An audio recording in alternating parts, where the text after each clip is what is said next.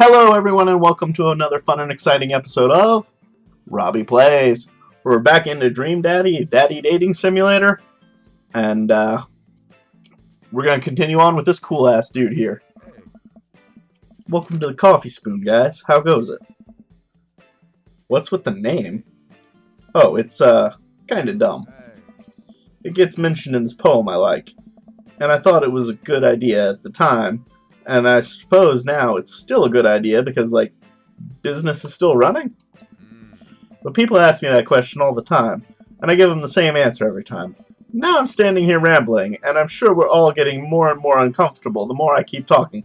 But man, we're in it now, and I can't stop.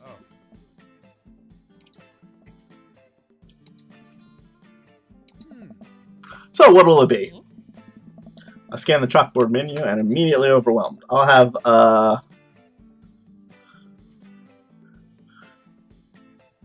chai antwort. Iced tea Guinness. I gotta have a chai antwort.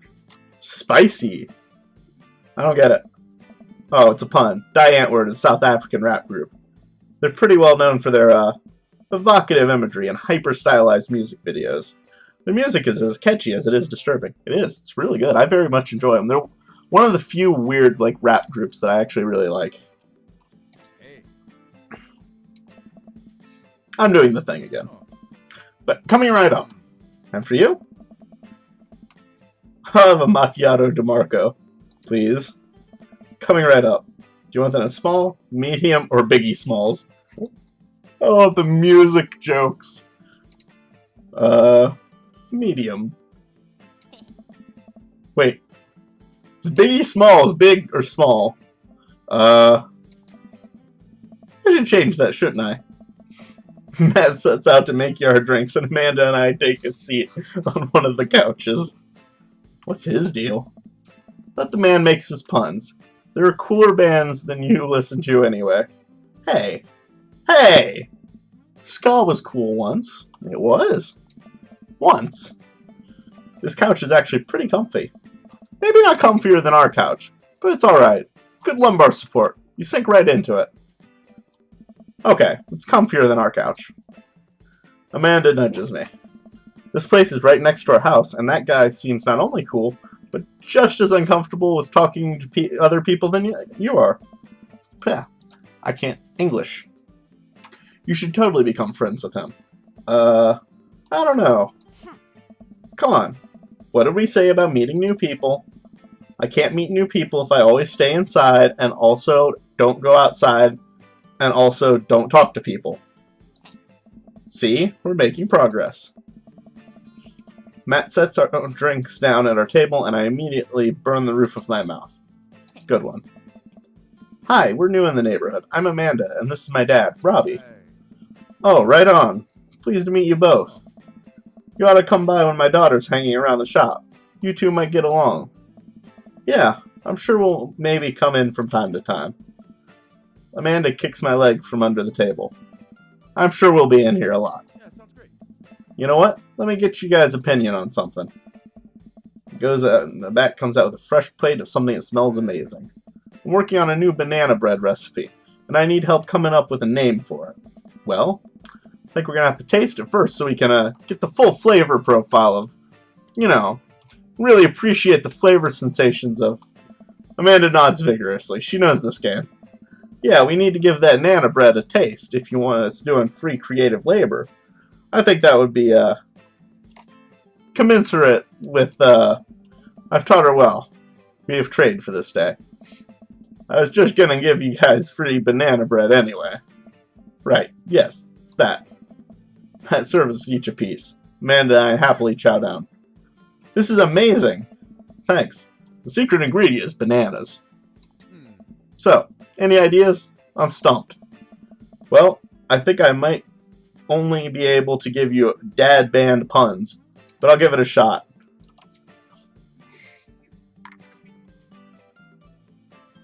Oh, I gotta go with the grateful. I like the banana bread Kennedys. The grateful bread is pretty good too, though. It said banana. I gotta go with the grateful bread. Yep, like that great hair rock band fronted by Jerry Garcia. That actually has a nice ring to it. Really? Yeah, grateful bread. Strong decisions. That's our baby. I wanted to say baby because I thought it would sound cool. Once I said it, I realized it just doesn't sound good coming out of my mouth. And maybe I should leave saying baby to the professionals. Enjoy your coffee. This guy's about as awkward as I am. Thanks, baby. See, it sounds good when you say it. Across the way, a man catches my eye. He sits by himself, brooding over a cup of coffee. Our eyes meet for a moment. I hastily look away, hoping he didn't catch me staring. Who is that? We finish up our drinks and head out. Thanks for stopping in. Take care. Okay, now that we're full of caffeine, where to? I need a nap. We just had coffee. If you ever known me to play by the rules, your father's a rebel, sweetie.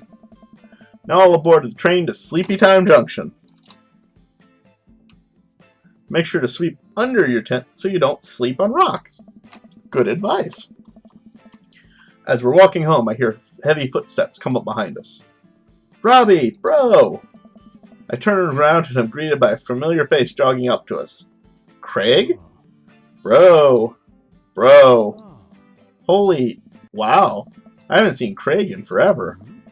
It's been too long, dude. Yeah, wow, you look great. Haha, yeah, I cleaned up my act. Cleaned up his act? Are you kidding me? He's ripped. Amanda, this is my friend Craig. We went to college together. We were roommates for a while, too. Amanda, dude, you probably don't remember me. You're so big now. Hello, and hello, cute baby. Nice. Oh, thank you. Last time I saw you, I think you were about her size. This is River. Say hi, River. He picks up her tiny wrist and waves it around. River gurgles happily. Are you babysitting? Nah, dude. River's my kid. Man, it has been a long time. Feels like 1 minute we're rolling up to exams with bad hangovers, and the next we're both fathers. Where you been, man? I was working out in California, just relocated the business back to Maple Bay. No kidding! Amanda and I just moved to this side of town. How's Smashley doing? I mean, Ashley. Ashley is her name. She actually still goes by Smashley, and, we got divorced last year. Oh, dude, I'm so sorry. It's old news. We take turns taking care of River and the twins. It's all copacetic. Twins? You have 3 kids? Ain't life something, bro, right? Keg Stand Craig is a father of 3. Keg Stand Craig. Oh, yeah, it was my old college nickname. He got it because he did a lot of keg stands. Is that thing where you keg, right? He was very good at it. Bro, I hate to be that guy, but I'm in the middle of my daily jog, and I really gotta keep up my heart rate. Brought River along for, resistance training. You jog daily? I jog yearly. On January 1st, when I promised myself I'm gonna jog daily for the rest of the year, but give up after 30 minutes and just walk home. Yeah. Well, it's never too late to get back into it, dude. You should join me sometime.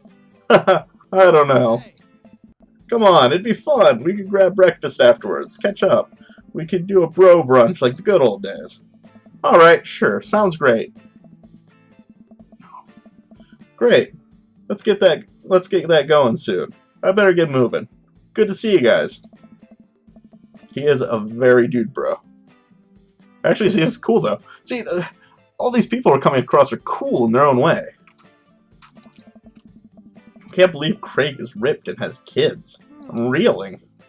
Why is that?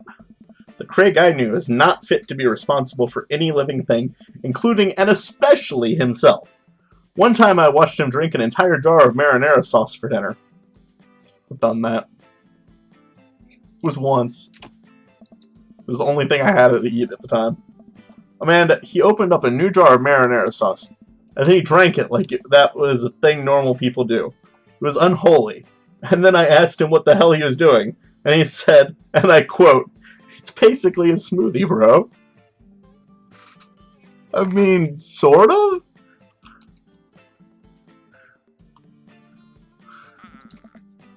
I mean, technically, he's not wrong. He's not. He jogs. He was jogging. He's like a totally different person. Oh, that was me. Anyway, we better get home. I'll have plenty of time to reflect on how old I feel later. Amanda and I flop down onto the couch. Amanda has to shove some empty boxes out of the way before she can sit. Too bad we're going to be putting my stuff right back into these boxes in a few months. No, don't say that. Oh, Dad, it's going to be okay. I'll be fine. I know. It's just, you're my little girl. It's going to be weird not having you around.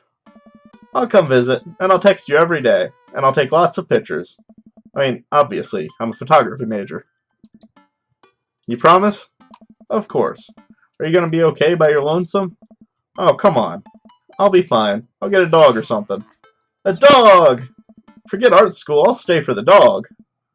Is that what it's going to take? Medium-sized dog, handkerchief around the neck, I get to name it. That's what it'll cost for me to give up on my dreams. I'm a woman of simple wants and needs. Well, a dog is a lot cheaper than college. Suddenly, a pile of envelopes slides through the mail slot. Speaking of college, Amanda darts over to the envelope and shuffles through them. She pulls one out and throws the rest back on the floor. This is from McGowan College of Art and Design. Open it! But I'm scared. It's just an envelope. Yeah, it's just like my entire future. Not a big deal. She takes a deep breath and rips the letter open with her teeth. We have a letter opener, but okay. I hold my breath while Amanda's eyes dart back and forth, scanning the letter. What does it say? The admissions committee has reviewed your application, blah, blah, blah. Her face drops. Regret to inform you that we are unable to offer you admission to McGowan College of Art and Design. Amanda throws the letter on the coffee table. That sucks. Aww. It's okay. I kind of saw it coming. I knew I should have put that experimental stuff in my portfolio. Their admissions officer told me they just want to see portraits or whatever. I pull Amanda in for a big hug. You're an amazing photographer. I know how much work you put into your portfolio. Try not to yawn. Some other school is going to want to snatch you up for sure. Yeah, I know. It's fine. Are you actually fine, or are you just saying that? I'm fine, really. Her face is the opposite, but I probably shouldn't push her on this. Oh, and before I forget, Emma R. and Emma P. are sleeping over tonight, so you need me out of the way because I'm painfully uncool? I would choose more delicate phrasing, but yes. Well, I'll have you know that I conveniently already have plans for tonight, so you'll have the new place to yourself. Yeah? What are your plans? Quick, think of plans!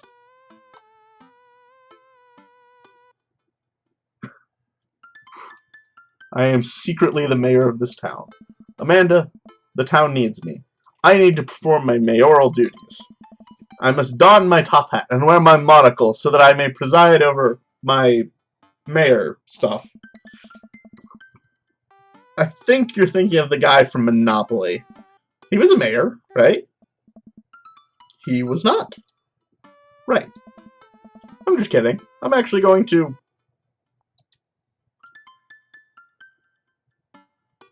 go out and watch the game? Nice. Which game? You know, the game. The one that's on tonight. The game on TV. That's somewhere other than here. Okay, cool. While you do that, I'm gonna go do drugs and commit some light arson with the Emmas. I'm concerned you're hanging out with the wrong crowd. Amanda shrugs. I would have expected you guys to be up to white-collar crime by this point. Maybe money laundering at the least. I'm a street rat, Pops. You're kidding about doing drugs and crime, right? Aww. Yes, Dad. Just making sure. I give her a pat on the head. Have fun with your sports. Are you being sarcastic? Nope, making fun of sports is played out. Alright then. I do some light cleaning around the house and decide to clear out right before Amanda's friends arrive. Before I leave, Amanda stops me. Hey, don't forget that you have that meeting with my English teacher tomorrow. Oh, right, Mr. Vega. Yep, totally remembered. I'll be there.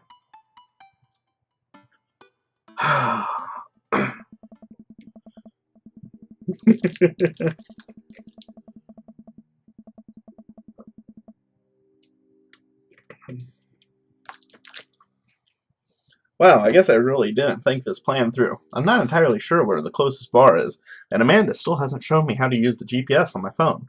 So I'm just going to pick a direction and walk in it. Let's go this way. Cool. Okay, we're marching. We're marching in the direction of the game. Any game, really. In the distance. Could it be? Hey! A big burned-out neon sign hangs above a tiny dive bar. Jim and Kim's, huh? Alright, it'll do. The bar is small and dimly lit. The crack of pool balls sounds in the back as patrons laugh and joke. A string of multicolored Christmas lights hover above the bartender. I can't tell if he's Jim or Kim. I pull up a seat at the bar. What'll it be? 1 beer, please. Sure thing, boss. The bartender slides me an ice-cold beer. I take a sip and enjoy the refreshing taste. Say, are you Jim or Kim? I'm Neil. Oh.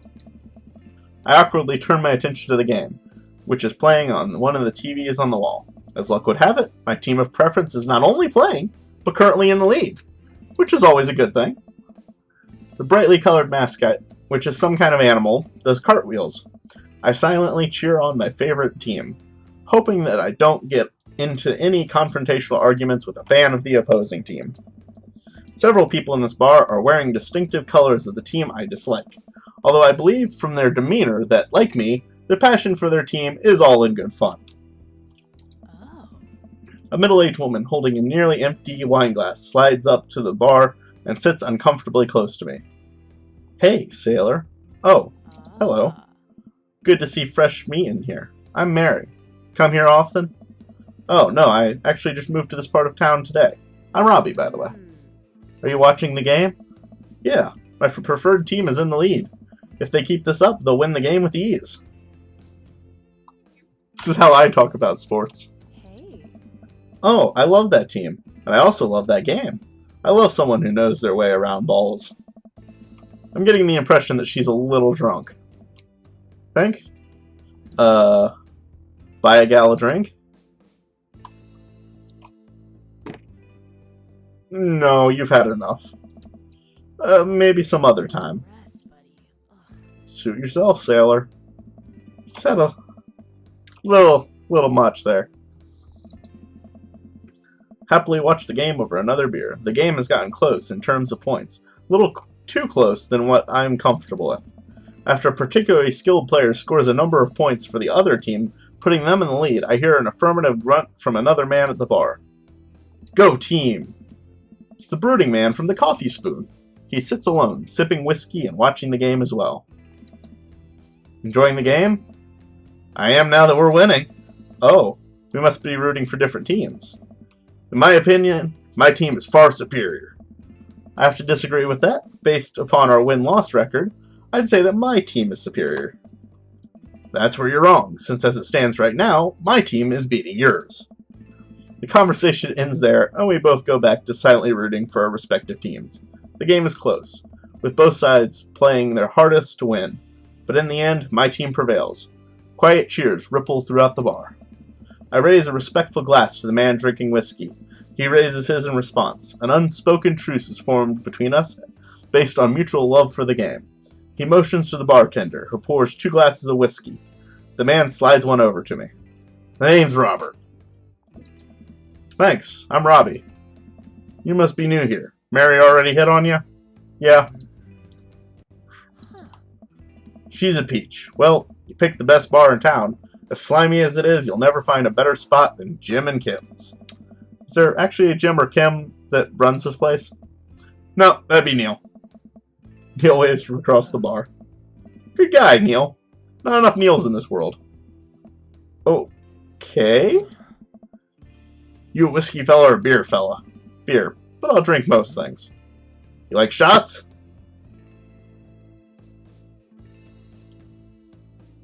Yeah, I like shots. I don't love them. I like them. serves up 2 shots of whiskey, hands one to me. Here's to your health.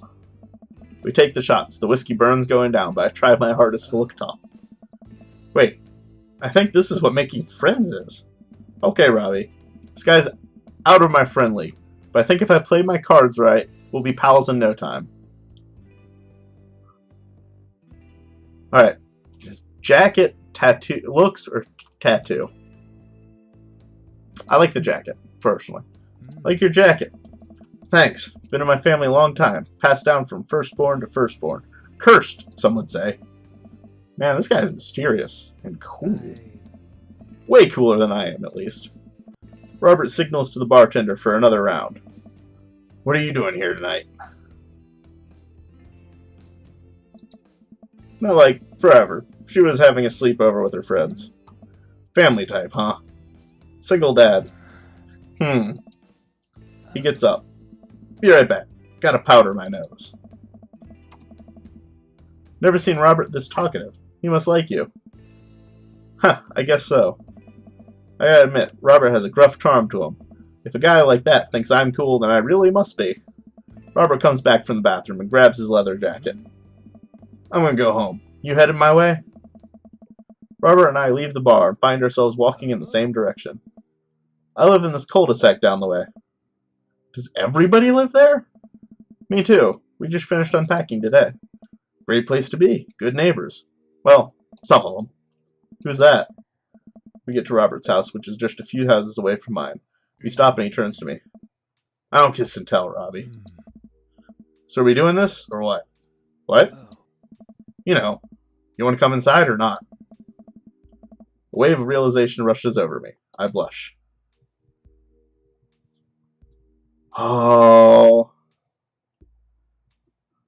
Should I lay it on smooth? I'm going to lay it on smooth. Well, I don't see why not. That sounded smoother in my head. Let's do it. I follow him up to his door. He fumbles with his keys for a second and unlocks the door, leading me inside. The moment the door closes behind us, he pushes me up against a wall and kisses me, grabbing my hips. Come on. Robert takes my hand and leads me up the stairs and into what I assume is his bedroom, but it's so dark that I can't see anything but Robert's intense expression. He kisses me again, and I can hear him shucking off his jacket. I clumsily take mine off too. His hands roam down my chest, and suddenly he's tugging at my belt. I don't normally do this. Do you want to stop? No. Good. Robert continues to unbuckle my belt and guide me to bed. This is weird. I'm sleeping with myself, it feels like. This is really weird.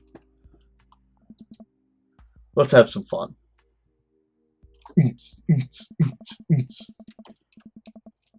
Some light streams in between the slits of the blinds. My head is pounding. I really overdid it last night. Wait a minute. This isn't my old house. Or my new house. Oh, right.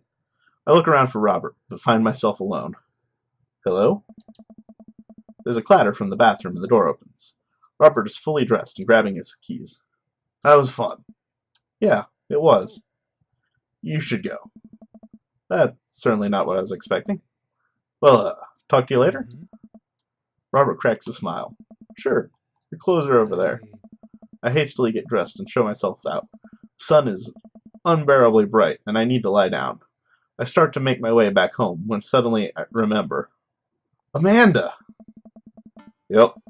Oh no, I got a bad dad achievement. I rush back home and throw the door open. Something smells delicious. Amanda? Amanda runs out of the kitchen and looks slightly disappointed. Oh man, I was kind of hoping you had gotten kidnapped and I was going to have to come rescue you. No, I made a friend at the bar last night and ended up sleeping over at his place. Where are the Emmas? They left a little while ago. Oh, you guys have fun? Yeah, watched some movies, ate snacks, stole a car. You know, usual sleepover stuff. You teens and your larceny. So, this breakfast that's cooking, what's that all about? Well, there's hash browns and eggs and bacon. Can I? Yes, you can have some breakfast. Bless you, sweet child. My head throbs. Ugh, I gotta do something about this hangover.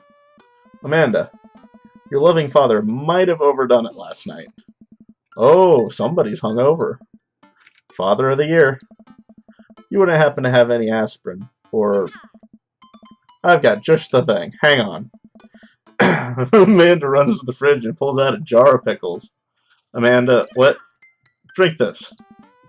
The pickle juice? Yup. It's what I used once. Would assume someone would use. I would also assume that it works pretty well. Although I've never tried it before, and won't try it, obviously.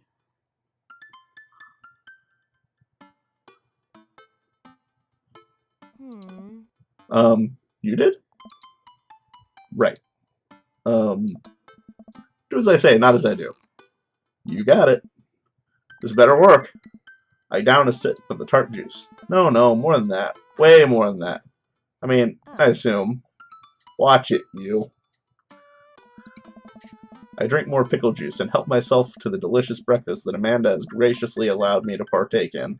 After inhaling some hash browns and dunking several pieces of bacon into runny egg yolk, I'm starting to feel a little bit better. Amanda grabs her backpack and keys. Well, I gotta get to class. Don't forget the meeting with Mr. Vega, okay? He said it was important. Love you. I'll be there. Knock 'em dead, kiddo. Always do. We do our secret handshake and she's off. I get a little work done at home before I glance at my watch and see it's almost time for the meeting. I hop in the shower, change clothes, and head on my way. Still a little hungover. I arrive at Amanda's school and check in at the front desk. They give me a bright orange visitor sticker and send me on my way. I feel pretty haggard after brushing my teeth or showering, but hopefully no one will notice. I check my watch and am relieved to see that I'm only 2 minutes late. Wait, was it room 103 or 108? I spot a youth standing at his locker and approach him for help. Excuse me, do you know where Mr. Vega's classroom is? The youth turns around, looks me up and down with heavily lined eyes. Come on, kid, I'm late for a meeting. Mr. who? Mr. Vega. I don't know. Have you tried the exit? Alright, wise guy, are you gonna help me or not? Fine, up those stairs to the left. Can't miss him. I head up the stairs and walk around, unable to find Mr. Vega's class anywhere. After a couple of minutes of searching, I head back downstairs. That punk youth sent me on a wild goose chase. I get back to where that low-rent Gerard Way is standing, fully ready to give him a piece of my mind, when suddenly a head pops out from a classroom. Oh, okay. Lucian, don't you have a third period to get to? Fine, Mr. Vega. Oh. Wow. Now I'm officially 10 minutes late. I glare at him as he walks away. We're not cool. You must be Robbie. This period's almost over. Would you mind waiting in the back? Mr. Vega leads me in, and I take a seat in one of the comically small students' desks in the back. I might get stuck in this. Alright, where are we? Now, who can tell me about the unreliability of the narrator at J.D. Salinger's Catcher in the Rye? Yes, Colin. Colin stands up and does the thing where he blows into the crook of his elbow to make a fart noise. The whole class erupts in laughter. Alright, everybody. Very funny, Colin. Please sit down. Now, Holden Caulfield is an unreliable narrator in the sense that the bell for the end of the period rings, all the students immediately get up and make a break for the door. Remember to do the reading and answer the response questions on page 194 in your textbook. Nobody's listening. Or not, I guess. Mr. Vega turns to me and sighs. Middle schoolers, right? Don't you teach high schoolers? Both, you know. Budget cuts. Right. Thanks so much for coming in. No problem, Mr. Vega. Please, call me Hugo. I don't normally do these impromptu parent-teacher meetings, but I'm sure you know Amanda's a very bright student, and I'm concerned about her recent behavior. What's going on? Amanda has never been the most engaged student, but I know she cares. Recently, though, she's been falling behind. She's not completing assignments and has been doing rather poorly on tests. I normally chalk it up to senioritis, but this is strange. I thought Amanda always shared everything with me. It hadn't even crossed my mind that something might be wrong. I just wanted to ask, is everything okay at home? Well, we just moved recently, but it was only to the other side of town. and Amanda was more excited about it than I was. See if you can talk to her about it. I know she values a great deal and would appreciate your guidance if she keeps heading down this road. I know how important art school is to her, and I would hate to see her miss out on the scholarship money that she clearly deserves. I'll make sure to talk to Amanda. Thanks for letting me know, Hugo. Anytime. On my way out, I stopped, thinking for a moment. I turned to Hugo. Hey, Hugo. Yes. They ever catch that rye? Yes. That was terrible. That was the worst joke. Oh my god. I leave the classroom and make my way out of the school. I'm still a little bit in shock that Amanda was able to hide this so well from me. She's always been such a force for positivity in my life, especially after we lost her mother. Amanda must be done with classes for the day by now. I'm sure she would appreciate a ride home, and maybe I can talk to her about what's going on. I pull up to the carpool, and Amanda hops in the passenger seat. So, did you have fun gossiping about me? Mr. Vega and I actually just gossiped about our celebrity crushes. So you talked about Mario Batali the whole time? It was a very productive meeting. I'm pretty hungry. Can we grab some dinner? Sure thing. Ooh, mall food court. Does that sound good to you? Yeah, sure. Why the mall? Jeez, can't a dad take his daughter to the mall? Will you buy me things? I will buy you a thing. Singular. Sounds like a deal to me. We'll drive in silence for a short while. Amanda plays a game on her phone. I should say something. You know, sometimes when a kid gets older, they find out they have to keep things hidden from their parents. And that's okay, because sometimes that's what kids do. And that's okay. But also sometimes it's good to have the parents' perspective, because, you know, maybe the parents also have dealt with similar situations. And maybe they're a little cooler than you give them credit for. Anyway, what I'm trying to say is it's good to share. Love you. Have you been reading my tweets? You have a Twitter? What? Never mind.